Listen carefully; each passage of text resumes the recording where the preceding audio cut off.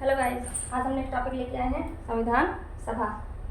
अब पिछले वीडियो में जो पढ़ाए थे आपको भारत शासन अधिनियम, उसमें 1935 में 2 टॉपिक और नोट कर लीजिए, उसको बताना भूल गए थे, वैसे लिख के तुरंत बता देते हैं। देखिए 1935 में भारत शासन अधिनियम में एक महत्वपूर्ण बिंदु और है कि म्यांमार को भारत से अलग किया गया। कब? भारत शासन अधिनियम 1935 के तहत। और RBI reserve bank of India की स्थापना कब की गई थी? 1 अप्रैल 1935 को। 2 पॉइंट नोट कर लीजिए, उसके बाद आगे हम पढ़ जाते हैं। चलिए आ जाते हैं संविधान सभा। संविधान सभा देखिए, जो प्रत्यक्ष रूप से निर्वाचित सदस्य होते थे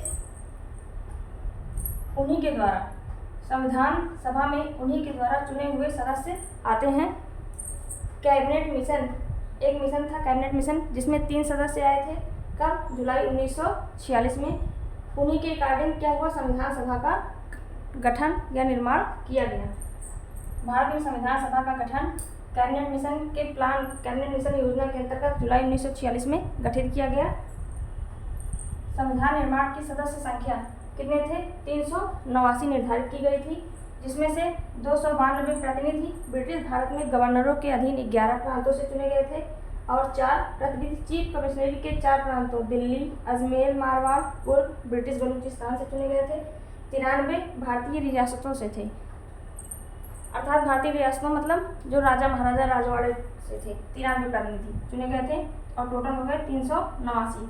इसकी जो संविधान सभा थी उसकी अलग अलग समय पर बैठक हो रही थी, जिसमें से हम 3 मुख्य पढ़ेंगे। उससे बहुत ज़्यादा एग्जाम में क्वेश्चन पूछे जाते हैं। चलिए स्टार्ट करते हैं। संविधान सभा की पहली बैठक कब हुई थी? 9 दिसंबर 1946 को, जिसके अस्थायी अध्यक्ष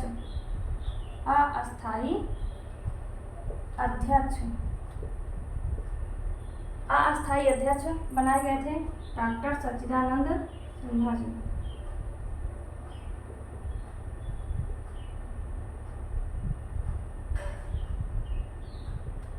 थोड़ा सा और देख लेते हैं। जो संविधान सभा के तहत जो संविधान का गठन हो रहा था, जो संविधान था वो एक लिखित दस्तावेज था, अर्थात उसमें जो कुछ भी था सब कुछ लिखा हुआ है। आगे देखते हैं। 9 दिसंबर 1946 को संविधान सभा की पहली बैठक होती है, जिसके अस्थायी अध्यक्ष बनाए जाते हैं डॉक्टर सच्चिदानंद सिन्हा। देखिए अस्थायी अध्यक्ष मतलब टेम्परेरी थे, ये परमानेंट नहीं थे। जैसे संविधान सभा की जब बैठक हो रही थी उस समय ये हुआ कि इसमें से कोई अध्यक्ष होना चाहिए जिसकी अध्यक्षता में ये बैठक संपन्न कराई जाए।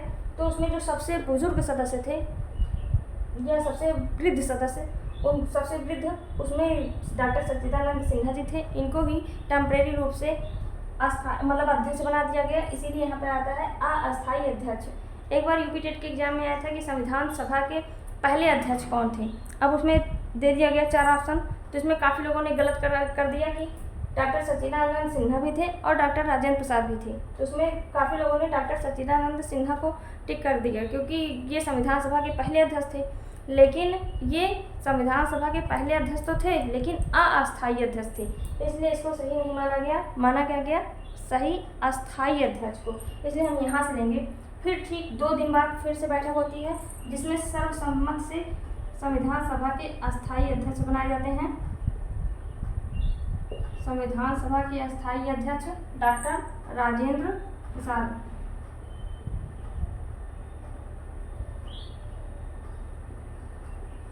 संविधान सभा के अस्थायी अध्यक्ष बनाए जाते हैं डॉक्टर राजेंद्र प्रसाद।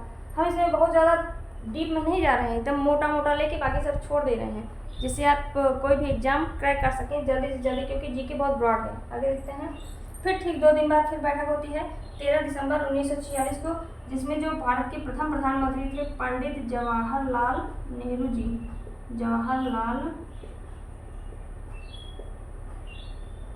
जी। इन्होंने क्या किया था? उद्देश्य प्रस्ताव पेश किया था। उद्देश्य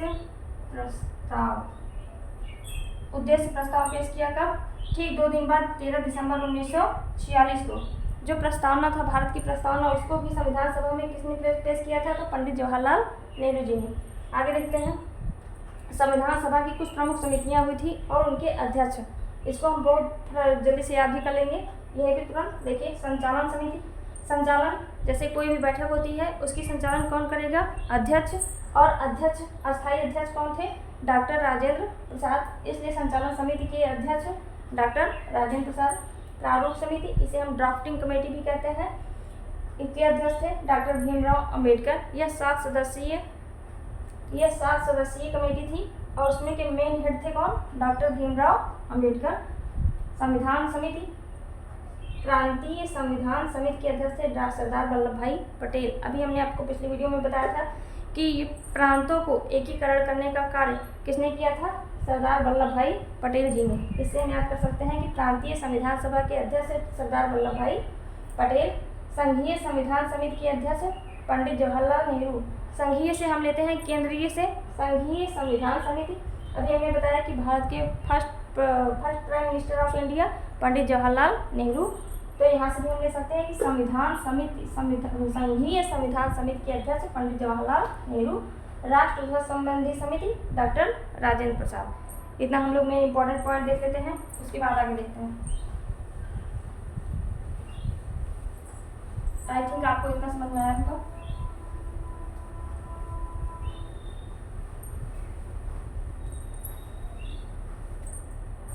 एक बार हम फिर से रिवाइज कर देते हैं। संविधान सभा एक प्लान आता है, कैबिनेट मिशन प्लान, जो कि जुलाई 1946 में आता है, जिसके अंतर्गत एक संविधान सभा का गठन या आयोजन किया जाता है। संविधान सभा पे समय समय पर बैठकें हो रही थी। हम उनमें से सबसे इम्पोर्टेंट बैठक 3 बैठक लेते हैं। 9 दिसंबर 1946 और ठीक 2 दिन बाद 11 दिसंबर 1946, फिर ठीक 2 दिन बाद 13 दिसंबर 1946। ये तीनों बैठक हमको ऐसे रटा हुआ होना चाहिए। 9 दिसंबर 1946 जब संविधान सभा की बैठक हुई तो उसमें से कोई अध्यक्ष मतलब कि तय नहीं थे, तो उसमें से जो सबसे बुजुर्ग सदस्य थे उनको अध्यक्ष बना लिया गया। 2 दिन के लिए टेम्परेरी अध्यक्ष, अस्थायी अध्यक्ष जिन्हें हम कहते हैं। 9 दिसंबर 1946 को संविधान सभा की पहली बैठक होती है, जिसके अस्थायी अध्यक्ष होते हैं डॉक्टर सच्चिदानंद सिन्हा जी। फिर ठीक 2 दिन बाद संविधान सभा की दूसरी बैठक होती है। एक बात और हम याद करते हैं, जो 389 सदस्य चुने गए थे, चुने हुए जनप्रतिनिधियों के माध्यम से जो 389 सदस्य चुने गए थे अलग अलग जगह से, इनको जो मुस्लिम समुदाय के लोग थे उन्होंने इनका पूर्णतः बहिष्कार कर दिया था, मतलब वो इसमें शामिल नहीं थी। ठीक है। उसके बाद फिर 9 दिसंबर 1946 को संविधान सभा की अस्थायी बैठक होती है, संविधान सभा की बैठक होती है, जिसके अस्थायी अध्यक्ष डॉक्टर सच्चिदानंद सिन्हा जी बनाए जाते थे। फिर 2 दिन बाद 11 दिसंबर 1946 को संविधान सभा की अस्थायी संविधान सभा, तो फिर 11 दिसंबर 1946 को संविधान सभा की दूसरी बैठक होती है, जिसके अस्थायी अध्यक्ष डॉक्टर राजेंद्र प्रसाद बनाए जाते हैं। फिर ठीक 2 दिन बाद 13 दिसंबर 1946 को फिर से बैठक होती है संविधान सभा की, जिसमें पंडित जवाहरलाल नेहरू जी उद्देश्य प्रस्ताव पेश करते हैं। फिर उसके बाद क्या होता है कि ऐसे करते करते बैठक होते होते वो तो 26 नवंबर 1949 को क्या होता है, संविधान बनकर तैयार हो जाता है। जब उद्देश्य प्रस्ताव पर इसके बाद हम प्रस्तावना ही पढ़ाएंगे, भारत के संविधान की प्रस्तावना, उसमें आप लोग देखें 26 नवंबर 1949 को संविधान बनकर तैयार हो जाता है।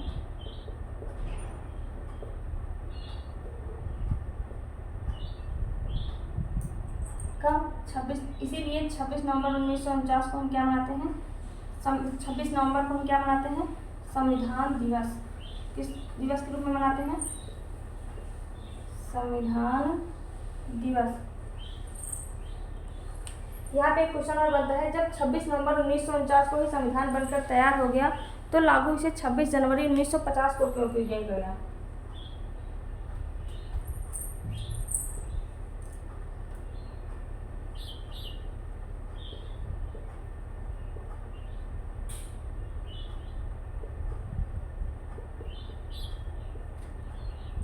देखिए 26 जनवरी, देखिए हमारा संविधान 26 नवंबर 1949 को बनकर तैयार हो गया, लेकिन लागू किया गया 26 जनवरी 1950 को, क्योंकि जब हम मॉडर्न हिस्ट्री में जाएंगे तो उसमें देखेंगे कि 26 जनवरी 1930 से ही प्रतिवर्ष जो हमारे देश के प्रथम प्रधानमंत्री थे पंडित जवाहरलाल नेहरू जी, वो प्रतिवर्ष 26 जनवरी 1930 से ही स्वाधीनता दिवस के रूप में 26 जनवरी को मनाते थे।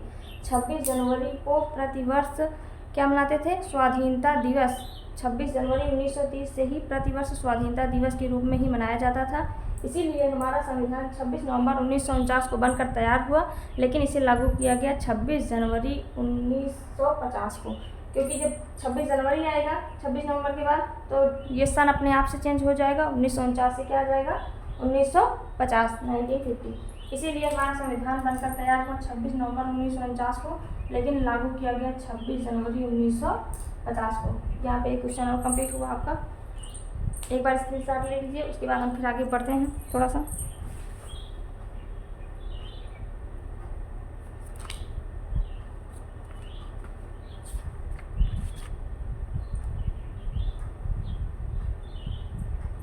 हो गया?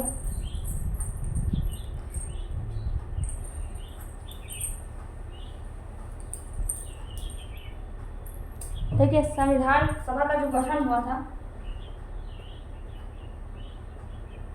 संविधान सभा का जो गठन हुआ था,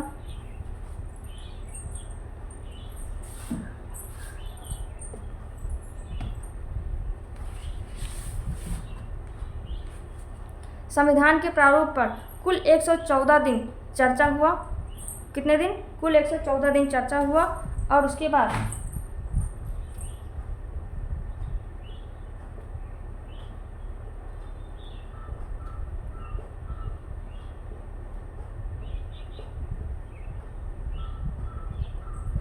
दिन क्या हुआ?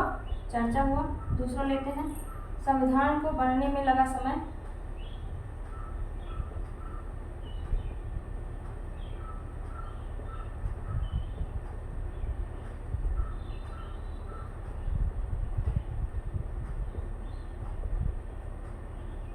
दो वर्ष 11 माह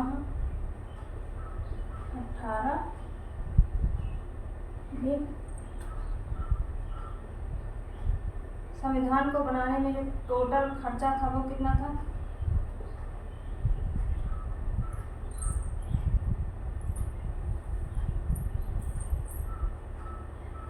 63,96,729 रुपये।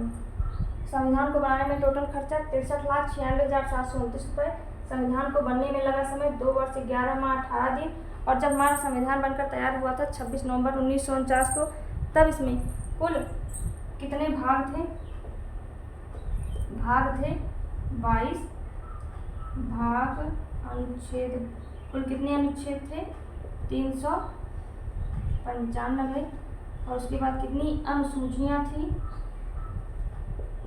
अनुसूचियाँ 8।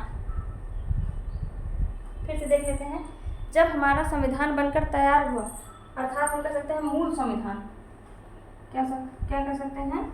मूल संविधान मतलब जब कोई संशोधन नहीं हुआ था तब की हम बात कर रहे हैं। मूल संविधान में कुल कितने भाग? 22 भाग।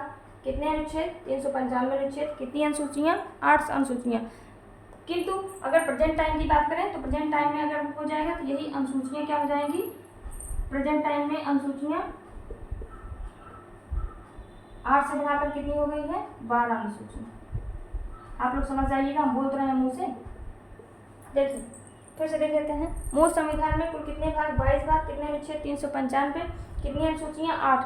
लेकिन प्रेजेंट टाइम में 8 से बढ़कर कितनी हो गई? 12 अनुसूचियाँ। 4 अनुसूची समय समय पर जोड़ेगी, उसकी हम नेक्स्ट वीडियो लेकर आएंगे जब अनुसूचियाँ वाली, तब आपको बहुत अच्छे से ट्रिक के माध्यम से सारी अनुसूचियाँ एक बार में याद करा देंगे। आगे देखते हैं, टोटल खर्च संविधान को बनने में कुल कितना खर्च लगा? 63,96,729 रुपये।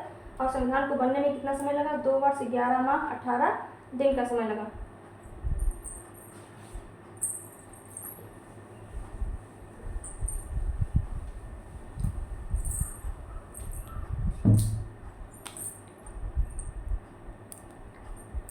एक क्वेश्चन और आता है,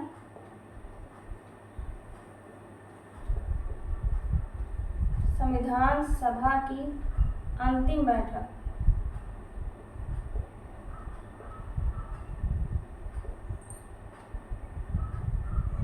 24 जनवरी 1950 को। संविधान सभा की अंतिम बैठक कब हुई थी? 24 जनवरी 1950 को। डॉक्टर राजेंद्र प्रसाद की अध्यक्षता में।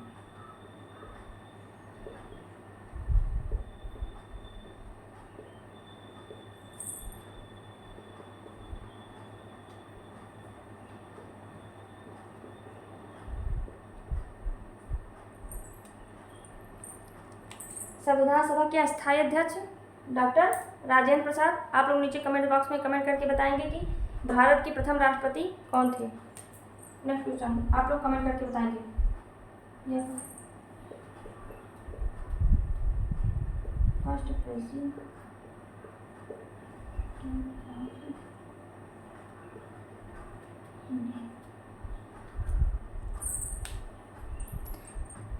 ये वायसराय का पद आया। फिर जब भारत स्वतंत्र हो गया तब भारतीयों ने कहा कि हम फिर वायसराय का मतलब होता है क्राउन का प्रतिनिधि। तो भारत को जब आज़ाद कर दिया गया तब ये हुआ कि जो है अब हम वायसराय का पद क्यों स्वीकार करें। तो वायसराय की जगह पे फिर से आ गया कौन सा पद, गवर्नर। और गवर्नर के कौन थे, माउंटबेटन। फिर ये हुआ कि अंग्रेज़ को क्यों रखें, तब अंग्रेज़ के जगह पे कौन से गवर्नर बनाए गए थे, सी राजगोपालाचारी। और उसके बाद फिर गवर्नर के पद को समाप्त कर दिया गया क्योंकि भारत के पहले और अंतिम भारतीय गवर्नर जनरल दोनों, भारत के अंतिम और पहले भारतीय गवर्नर जनरल राजगोपालाचारी थे। उसके बाद तब से फिर आ गया राष्ट्रपति का पद उसी जगह पे। अब इसमें जो छूटा होगा हम आगे नेक्स्ट वीडियो में लेकर आएंगे। तब तक के लिए धन्यवाद। Thanks for watching my video. Like, share and subscribe my channel.